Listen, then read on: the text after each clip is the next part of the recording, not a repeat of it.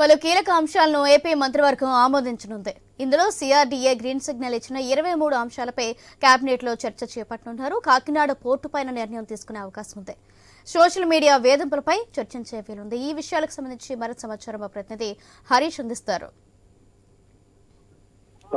AP cabinet కి సంబంధించినటువంటి సమావేశం కొనసాగుతుంది. ఇందుకు సంబంధించినటువంటి ఎజెండా సంబంధించినటువంటి అంశాలపైన కీలకమైనటువంటి చర్చ జరుగుతున్నటువంటి సిచ్యువేషన్. కేబినెట్ కి సంబంధించినటువంటి సమావేశంలో రానున్నటువంటి రాజధాని నిర్మాణానికి సంబంధించినటువంటి అంశంతో పాటు రాబోయేటువంటి రోజుల్లో అనుసరించాల్సినటువంటి అంశాలకు సంబంధించి, అదేవిధంగా పాలసీలకు సంబంధించినటువంటి వ్యవహారాలు, వీటన్నిటిపైన కూడా చర్చించబోతున్నట్టుగా సమాచారం ఉంది. ఇందుకు సంబంధించిన వరకు కూడా ప్రత్యేకమైనటువంటి ఎజెండా కూడా ఇప్పటికే సిద్ధమైనటువంటి సిచ్యువేషన్. జరుగుతున్నటువంటి కేబినెట్ కి సంబంధించినటువంటి సమావేశానికి సంబంధించినంత వరకు కూడా కీలకమైనటువంటి అంశాలకు సంబంధించినంత వరకు కూడా నిర్ణయం తీసుకున్నారు. ప్రధానంగా చూసుకుంటే కనుక జలవనరుల శాఖలో జీవో 62 అమలుకు సంబంధించినటువంటి అంశం కేబినెట్ లో చర్చకొచ్చింది. అదేవిధంగా గిరిజన ప్రాంతాల్లో ప్రధానమంత్రి ఆవాస్ యోజన, గిరిజన గృహ పథకం అమలుకు కేబినెట్ ఆమోదం తెలిపింది. అదేవిధంగా ప్రధానమంత్రి ఆవాస్ యోజనకు సంబంధించినటువంటి గృహాలకు సంబంధించినటువంటి నిర్మాణాలకు సంబంధించినటువంటి అంశము, అదేవిధంగా కేబినెట్ లో గత 5 ఏళ్లలో అమలుకు నిర్మించగలిగినటువంటి గృహాలకు సంబంధించినటువంటి అంశాలపైన కూడా కేబినెట్ లో చర్చించినటువంటి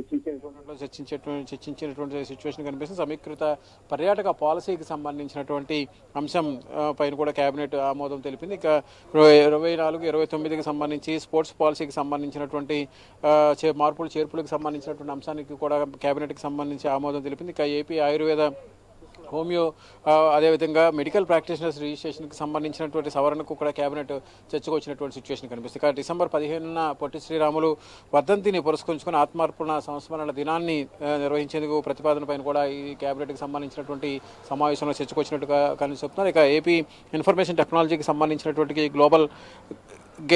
గ్లోబల్ క్యాపబిలిటీ సెంటర్కి సంబంధించినటువంటి పాలసీ పైన కూడా చర్చకు వచ్చినటువంటి సిచ్యువేషన్ కనిపిస్తుంది. ఏపీ టెక్స్టైల్ గవర్నమెంట్ పాలసీ పైన కూడా కేబినెట్లో చర్చ జరిగింది. ఏపీ మారిటైమ్ పాలసీ పైన కూడా కేబినెట్లో చర్చించినటువంటి సిచ్యువేషన్ ఉంది. దీంతోపాటు ఇప్పుడు కేబినెట్కి సంబంధించినటువంటి సమావేశంలో ఇటు కాకినాడ పోర్టు, రేషన్ బియ్యానికి సంబంధించినటువంటి అంశాలపైన కీలకమైనటువంటి చర్చ జరిగేటువంటి సిచ్యువేషన్ మనకు కనిపిస్తుంది. పొలిటికల్ డిస్కషన్లో దీనిపైన మంత్రులందరితో కూడా ముఖ్యమంత్రి, ఉప ముఖ్యమంత్రి మాట్లాడతారన్నటువంటి ఒక ప్రచారం కూడా జరుగుతున్నటువంటి సిచ్యువేషన్ కనుక, ఎందుకంటే ఇప్పటి వరకు కూడా ఉన్నటువంటి సిచ్యువేషన్ చూసుకుంటే కనుక పెద్ద ఎత్తున రేషన్ బియ్యం మాఫియాకి సంబంధించినటువంటి వ్యవహారం పైన గత ప్రభుత్వంలో వచ్చినటువంటి విమర్శలకు సంబంధించినటువంటి వ్యవహారంలో అప్పట్లో కూటమి పార్టీలు ప్రతిపక్ష పాత్రలో ఉండి కూడా పెద్ద ఎత్తున ఉద్యమం చేసే పెద్ద ఎత్తున ఆరోపణలు కూడా వచ్చినటువంటి సిచ్యువేషన్. సో ఇప్పుడు దీనికి సంబంధించినంత వరకు కూడా రేషన్ బియ్యం మాఫియాకి సంబంధించినటువంటి వ్యవహారం కూడా చాలా సీరియస్గా మారింది.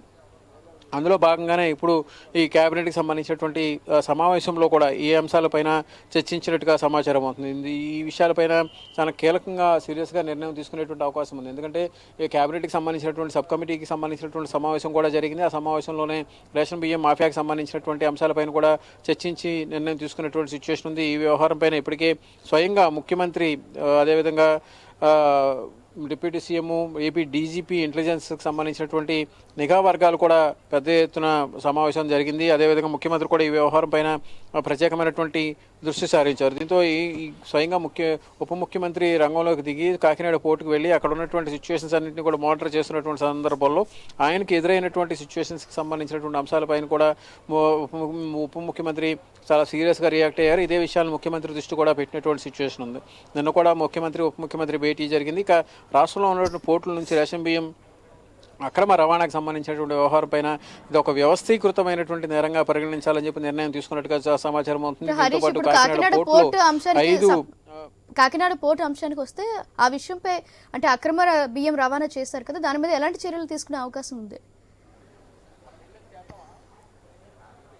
ఇప్పుడు కాకినాడ పోర్టుకు సంబంధించినటువంటి వ్యవహారం పైన చాలా కీలకమైనటువంటి చర్చ జరుగుతున్నటువంటి సిచ్యువేషన్ ఉంది. ఇందుకు సంబంధించినంత వరకు కూడా ఇప్పటికే ఏపీకి సంబంధించినటువంటి డీజీపీ, అదేవిధంగా ఇంటెలిజెన్స్కి సంబంధించినటువంటి నిఘా వర్గాలన్నీ కూడా పెద్ద ఎత్తున ఈ వ్యవహారం పైన సీరియస్గా స్పందించినటువంటి నేపథ్యంలో స్వయంగా ముఖ్యమంత్రి ఉప ముఖ్యమంత్రికి సంబంధించినటువంటి సమీక్షలో కూడా పోర్టుకు సంబంధించినటువంటి అంశాలు వెలుగులోకి వచ్చినటువంటి సిచ్యువేషన్ ఉంది. సో ఇప్పుడు ఈ వ్యవహారం పైన మంత్రివర్గాల్లో కూడా చర్చ జరుగుతున్నటువంటి పరిస్థితి కనిపిస్తుంది. కాకినాడ పోర్టుకు సంబంధించి 5 వేర్ హౌస్లో సార్టెక్స్ మిషన్లను ఏర్పాటు చేసేందుకు ఆదేశాలు జారీ చేసినటువంటి సిచ్యువేషన్ ఏర్పడింది. ఇక సచివాలయాలకు సంబంధించినటువంటి ఉపసంఘంకు సంబంధించినటువంటి సమావేశంలో కూడా పోలీస్, రవాణా, అదేవిధంగా సివిల్ సప్లైస్కి సంబంధించి మారిటైమ్ బోర్డుకి సంబంధించినటువంటి అధికారులతో కూడా ప్రత్యేకమైనటువంటి కమిటీ వేసేటువంటి అవకాశం కనిపిస్తుంది.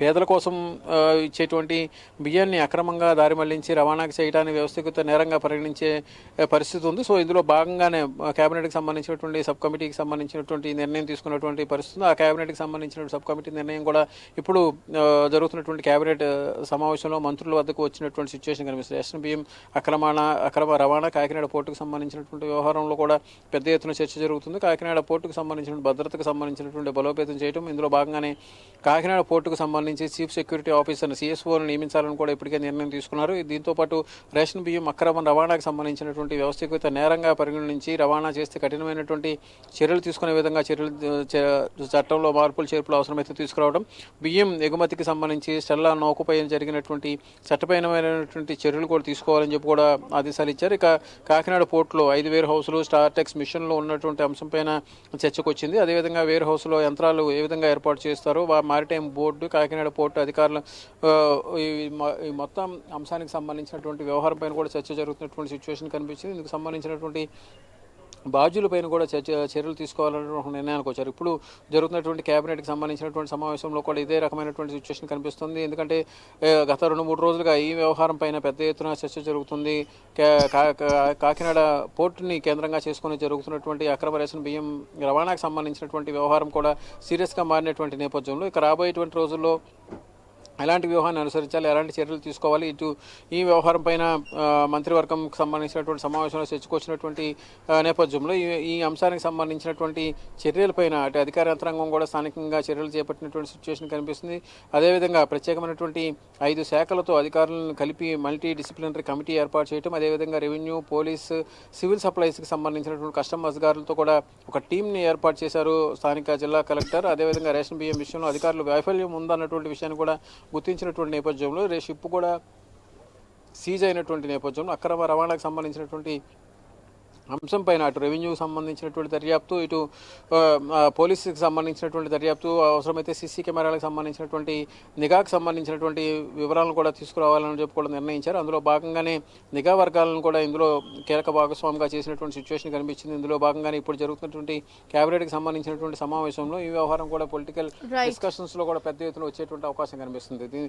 ఈ అంశాలతో పాటు మరికో విద్యుత్తుకు సంబంధించినటువంటి అంశం పైన కూడా చర్చ జరిగేటువంటి అవకాశం కనిపిస్తుంది. ఇదంతా పొలిటికల్ డిస్కషన్ లో వచ్చేటువంటి అవకాశం కనిపిస్తుంది. కేబినెట్కి సంబంధించినటువంటి ఎజెండాకి సంబంధించినటువంటి అంశాలు తర్వాత జరిగేటువంటి పొలిటికల్ డిస్కషన్స్లో కూడా మంత్రులతో ముఖ్యమంత్రి చర్చించేటువంటి అవకాశం కనిపిస్తుంది. విద్యుత్ కొనుగోలుకు సంబంధించినటువంటి వ్యవహారం, విద్యుత్ కొనుగోలుకు సంబంధించినటువంటి వ్యవహారంలో జరిగినటువంటి అక్రమాలకు సంబంధించి, అవినీతికి సంబంధించి వచ్చినటువంటి ఆరోపణలకు సంబంధించినటువంటి అంశాలపైన కూడా ఈ వ్యవహారం పైన చర్చకు వచ్చేటువంటి సిచ్యువేషన్ కనిపిస్తుంది. పొలిటికల్ డిస్కషన్స్లో వచ్చేటువంటి అంశాలపైన సెకీ ఒప్పందం పైన, అదేవిధంగా ఎలాంటి చర్యలు తీసుకోవాలి, సెక్యూరిటీతో ఒప్పందం చేసుకున్న తర్వాత జరిగినటువంటి ముడుపులకు సంబంధించినటువంటి వ్యవహారం, అదానీ పవర్